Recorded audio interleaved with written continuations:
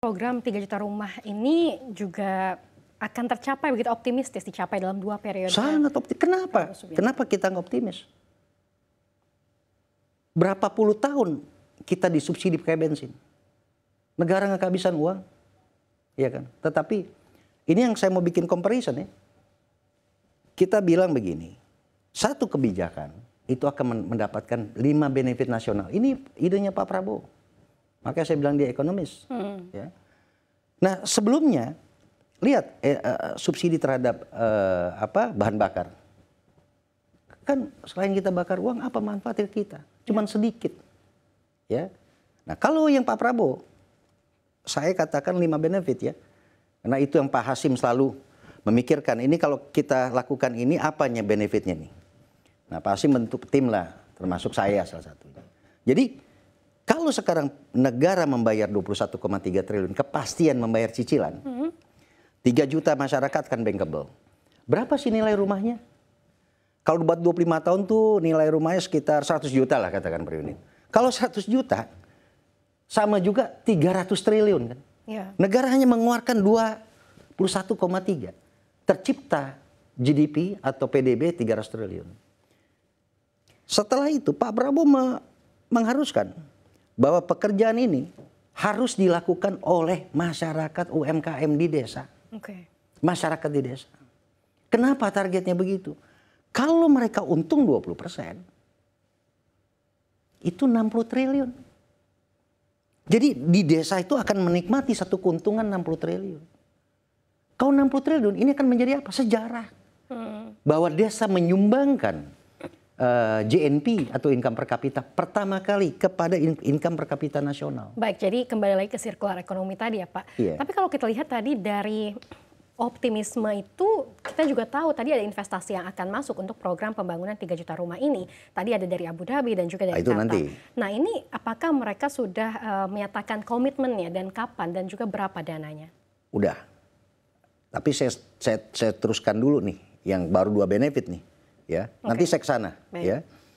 Yang ketiga adalah kalau ini berjalan yang 3 juta unit ini akan terjadi penurunan angka kemiskinan direct itu. Keempat akan ada growth pertumbuhan ekonomi 1,8%.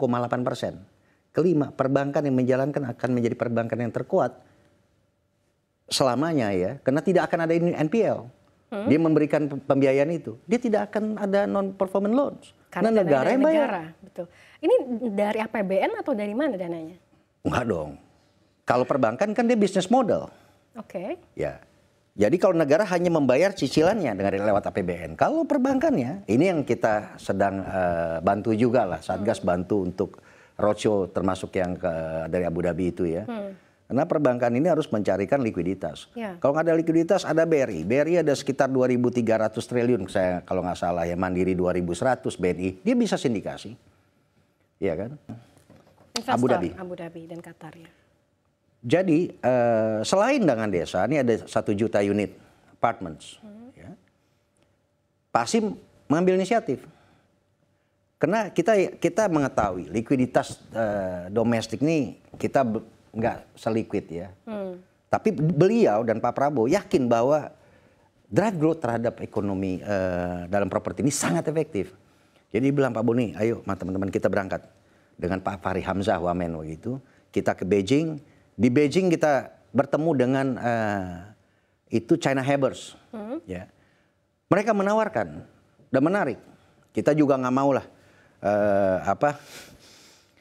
para negosiator nanti dianggap ada apa-apa ya. Kita deal langsung straight. You bangun, kita nggak mau uang, you bangun. You bangun dengan biaya Anda dan Anda melakukan investasi, kita minta 2% per tahun. Bunganya untuk selama 20 tahun. Dia setuju. Karena negara yang akan menjamin kan. Dan ini sebenarnya bisnis model. Jadi kita tidak terima uang, kita terima barang, itu untuk menghindari namanya currency swap. Kalau kita terima uang, katakan 2% dari currency swap. Atau 4% begitu. Nah kita minta, nggak usah. You yang bangun, you dibayar oleh Bank Exim, you dibayar di Beijing. Ya, Bank Eximnya di Beijing, China. Ini headquarter di Beijing, you bayar, kita terima barang. Setelah itu kita nyicil selama 20 tahun. Itu. Nah habis itu kita berangkat ke Abu Dhabi dengan Pak Hasim. bertemu dengan utusan MBZ, ya kan. Kita bicara beberapa hal potensi dan kita lihat utarakan program kita di properti, ya kan. Mereka membuka pintu. Apa yang bisa kita bantu pada Indonesia? Pak Hasim ceritakan, Presiden Prabowo ingin mengentaskan kemiskinan. Beliau langsung tertarik. Oh, ini program propertinya, saya support. Oke.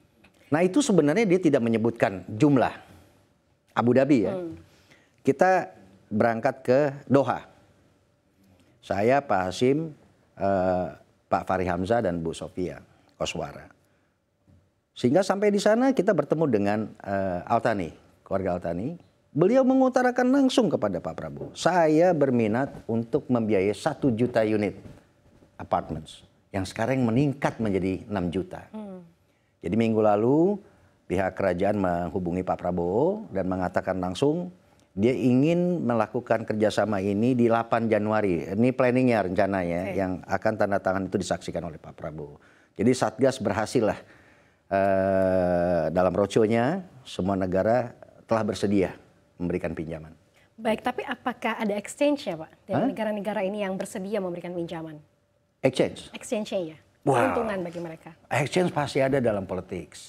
Ya pasti ada itu. Mereka juga mengatakan ya, mereka memberikan satu statement, mereka akan bangga melihat Indonesia sebagai negara muslim terbesar yang akan menjadi negara yang berpengaruh di tahun 2045. Nah, benefitnya untuk mereka pasti ada. Keperluan mereka untuk kepada kita juga ada. Ini satu hal yang wajar lah.